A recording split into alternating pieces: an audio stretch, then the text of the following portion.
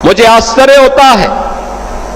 मैं कल समाजवादी पार्टी के अध्यक्ष श्री अखिलेश यादव जी का एक बयान पढ़ रहा था।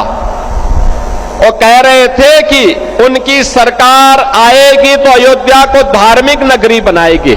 अरे आप क्या धार्मिक नगरी बनाएंगे? आपने तो अपना इतिहास देखे, राम भक्तों पर गोली आप ही के लोगों ने चलाई थी, आप ही की सरकार ने चलाई थी, समाजवादी पार्टी की सरकार ने।